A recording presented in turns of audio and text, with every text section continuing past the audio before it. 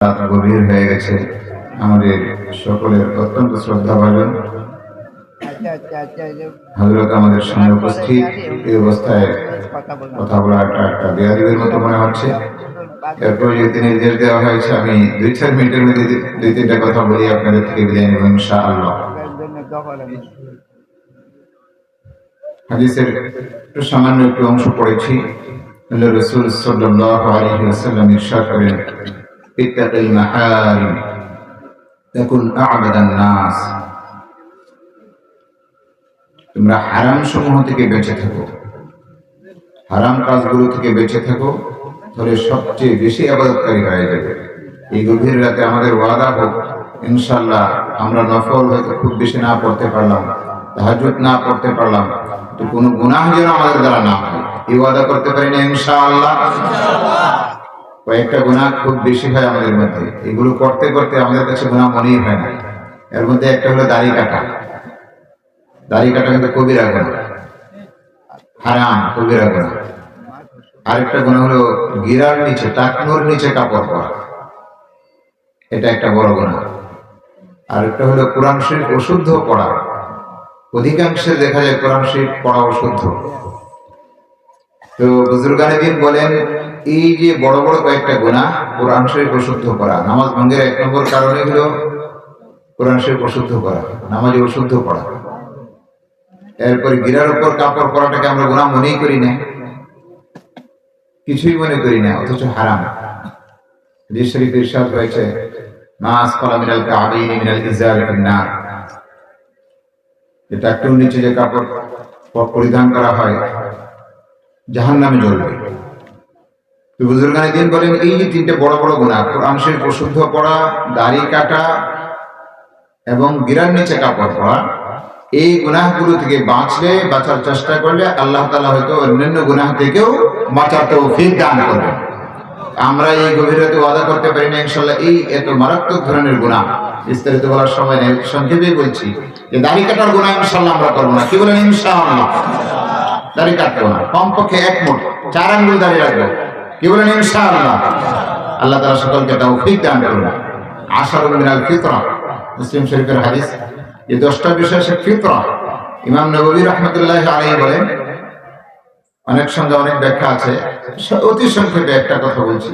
ইমাম নববী রাহমাতুল্লাহি আলাইহি বলেন যে ফিতরত হলো যে নির্দেশটা সকল নবী এবং সকল নবীর উম্মতের প্রতি ছিল।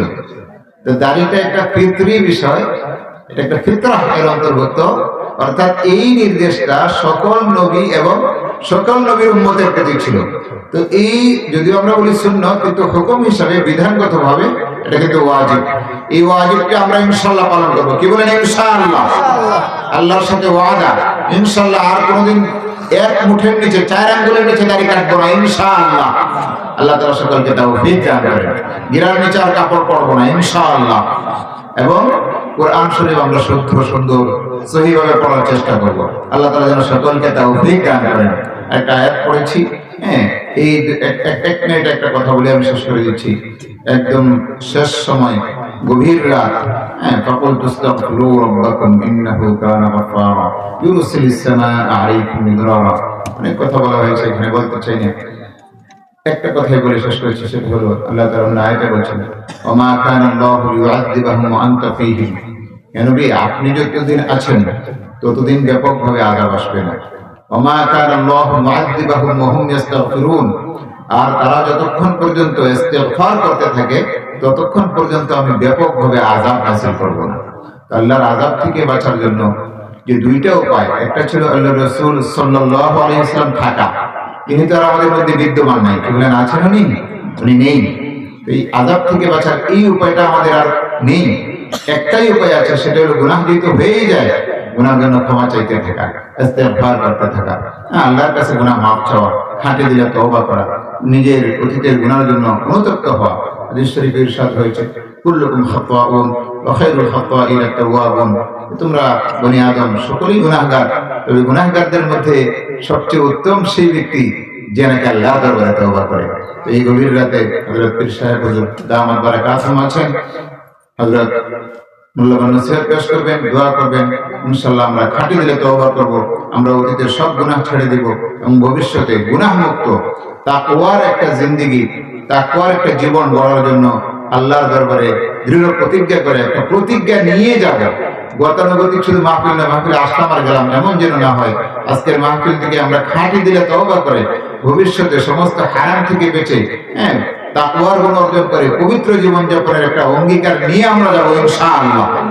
এবং এই মাদ্রাসাটার প্রতি অনেক প্রাচীন মাদ্রাসা, এটা কিন্তু আসলে আমরা জন্মের পর থেকে এটার কথা শুনি, এবং এটা একটা যৌবনকাল ছিল, অনেক জৌলুস ছিল, অনেক সুনাম। এটা আরো দিন দিন এগিয়ে যাবে, উত্তর যেন এটার উন্নতি হয়। এই জন্য আমরা সবাই অত্যন্ত আন্তরিকতার সাথে চেষ্টা করবো ইনশাআল্লাহ। এক নম্বর সহযোগিতা যেটা করবো, আমরা ছেলে মেয়েদেরকে এখানে দেব।